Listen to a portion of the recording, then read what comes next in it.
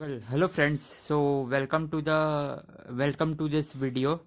So in this video, I will be discussing about qubits and their a bit of relation, a bit on how they are related to Hopf vibration.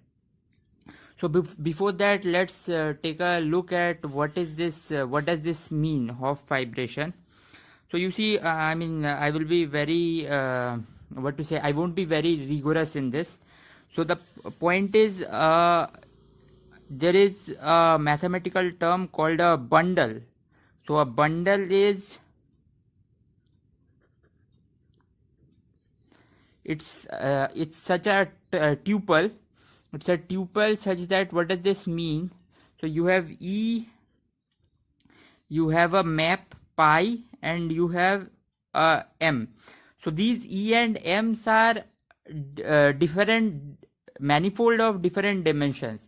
So for now, like a manifold of dimension n is such that it locally it resembles to Rn. Like a sphere, a normal sphere is a manifold of dimension 2, S2, the S2 sphere that we say. So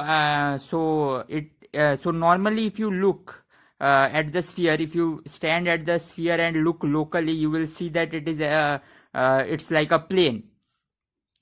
So this kind of a map is called a bundle, and then so over these bundles, so you can take a point in this manifold M, and you can look at the pre-image of that point under pi. So you can look at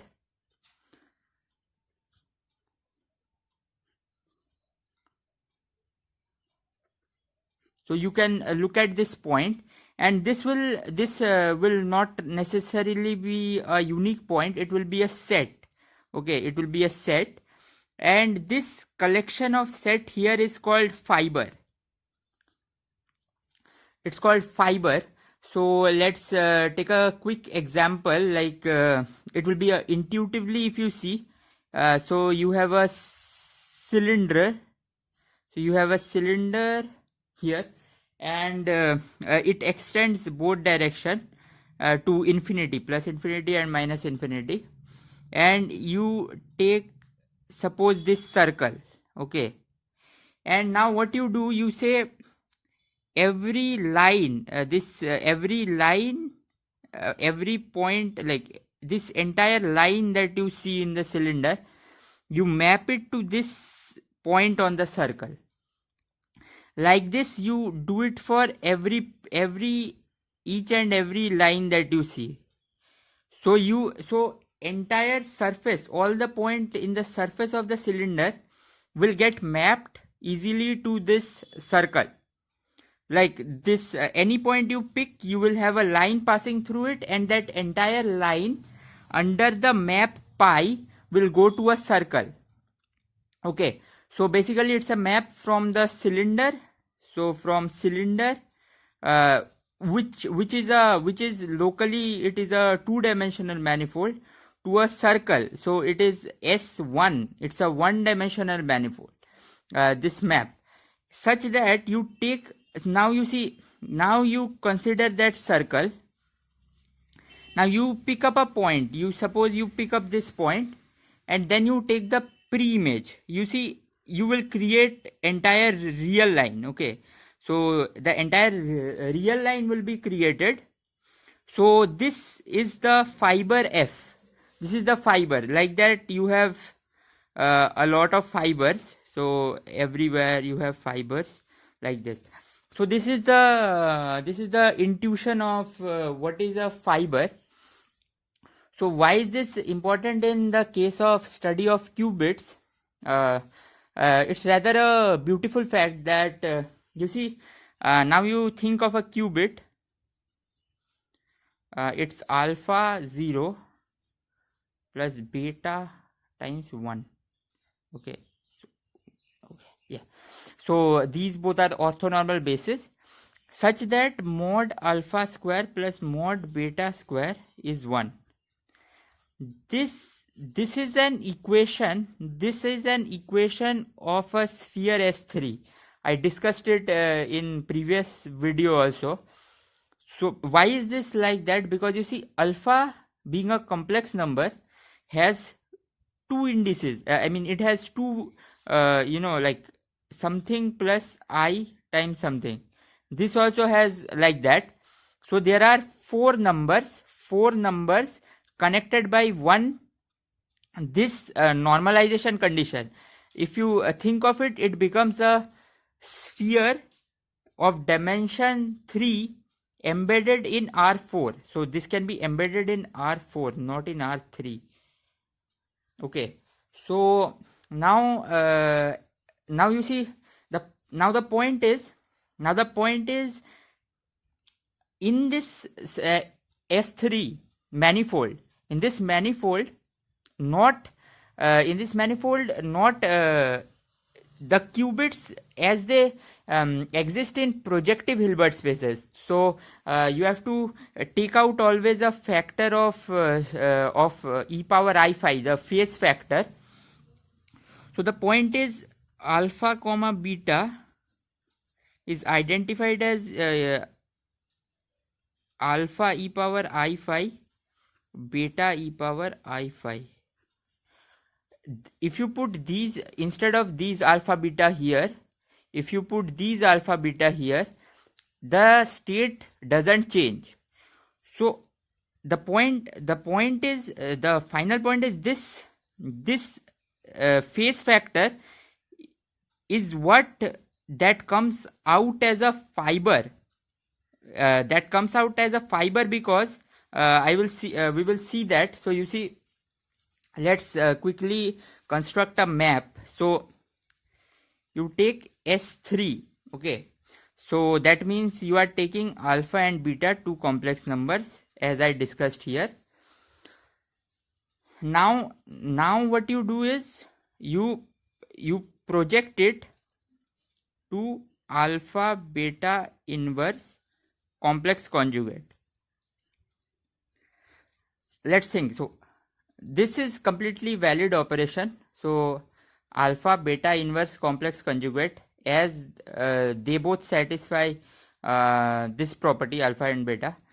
So you can do this, and this entire thing is a complex number. Now you have multiplied them, and so this belongs to R2. Okay, this belongs to R2. Now what you do is you do an inverse stereographic projection. I will explain that. So you do an inverse stereographic projection of this point in R2, because like you can write this point as x plus I y, and so you will get a number of this form. You do an inverse stereographic projection of that, you exactly land up in S2 such that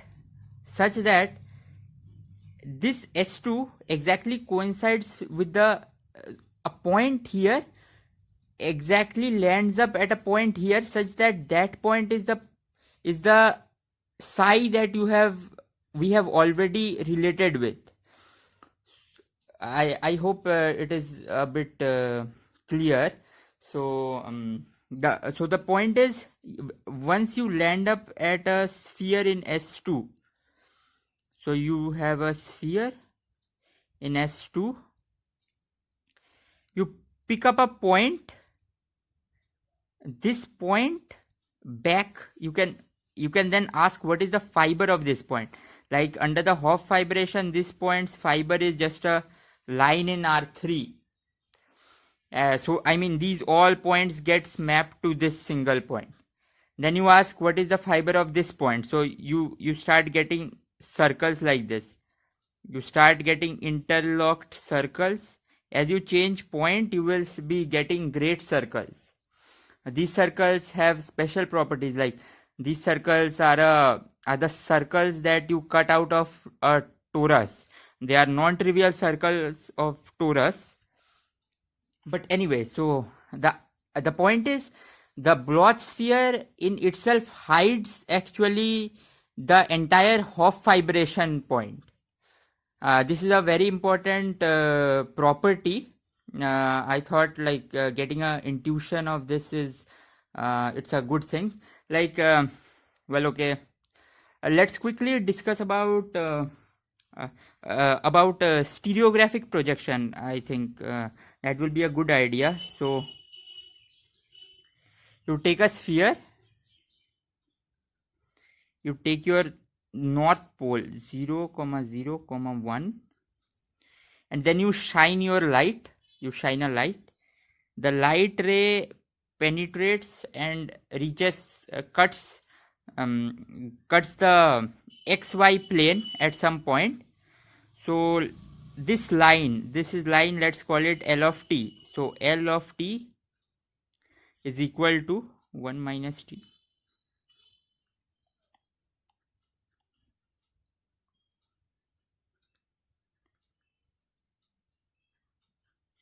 So you see, I just parameterized the line such that at t equal to 0, the line starts from the north pole, and at t equal to 1, the line cuts the sphere at a point xyz, and now after this the line will cut the xz plane.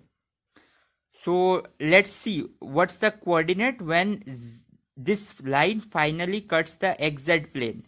So in this line, in the z coordinate, I need 0.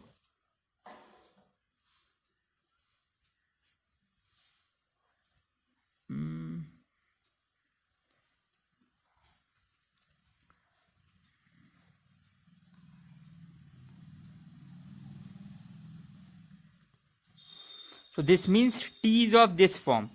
All the t's that satisfy this form are the points where this line cuts the xy plane. Okay.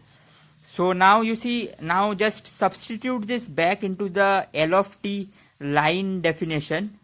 Put t equal to 1 over z in here and here. Okay. So that will give us finally L. So I am putting, so let's write it. L of t is equal to x over 1 minus z, y over 1 minus z. So you see, you got this point. Just select these 2 points and you, so what you have done, you have taken a point x, y, z on a sphere. So this belongs to S2, and you have mapped it under projection F.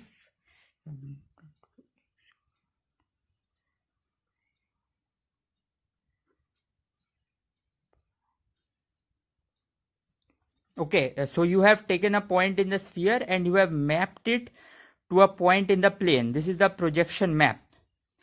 Okay, now after, so, well, okay, so now let's see what we can do. So well, so you see, let's I showed here how to go from S3 to S2. So let's take a point in S2 and ask what is the fiber of that point. Okay, so you take a point in S2, so that must be of the form of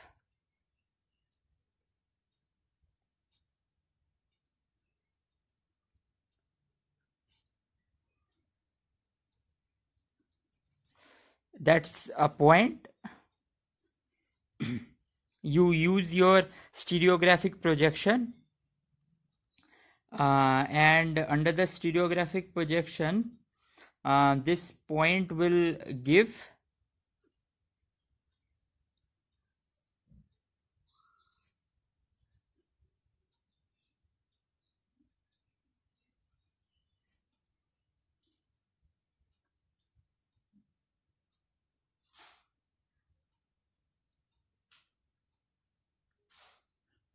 this point, and so let's write this point in a better way.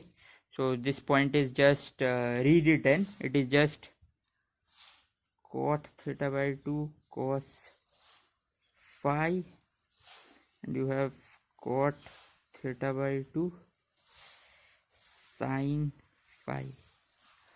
So I think you can see it. So it is cot theta by 2 cos phi and cot theta by 2 sin phi. Now you see, once you have applied f, now you see, now let's ask which alpha comma beta pair will be such that it will coincide with, such that when I take alpha beta inverse conjugate, it will directly give this point. Okay, so I mean, well, okay, so alpha equal to cos theta by 2 beta equal to e power I phi sin. So let's take alpha and beta to be this. Now if you calculate alpha beta inverse whole conjugate, you will see that you will exactly land to this point. So I think this calculation will be easy to do. Like you will just take minus I phi sin theta. So already you can see you are getting a so cot theta by 2, you will get e power minus I phi sin theta. So I think we can it's easy to do. So you will exactly get cot theta by 2 cos phi comma cot theta by 2 sin phi. So now you see, so this alpha beta inverse gives you this. Well, of course, like so you see, this is a complex number. So when I say it gives a 2 tuple, I mean x plus iy is collected into x comma y. Okay, so what this means, now you see, but there is something more. Any alpha comma beta of this same form but with a phase of e power I delta representing a circle centered along the vector alpha comma beta, it will also map to this same point, because you see alpha beta inverse will cause this e power I delta phase to cancel out. So this is the point, that each point in the Bloch sphere, actually is actually the fiber of that point is the entire freedom of this phase. Okay, but this freedom of this phase in projective Hilbert space is not required. That's why for each point you are exactly getting a single qubit. In reality, for each point you have an entire fiber. You have these great circles that I was drawing. So you have these rings which are connected with each other. But in the projective Hilbert space, this phase is unimportant. That's why you uniquely figure out each. So in a Bloch sphere, if you draw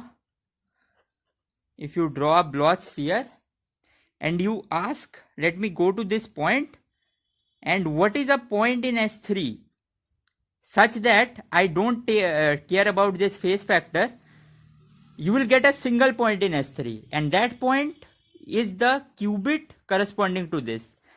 That's why there is a complete one-to-one correspondence between the space of qubits and the S2. So I hope this was clear, this video.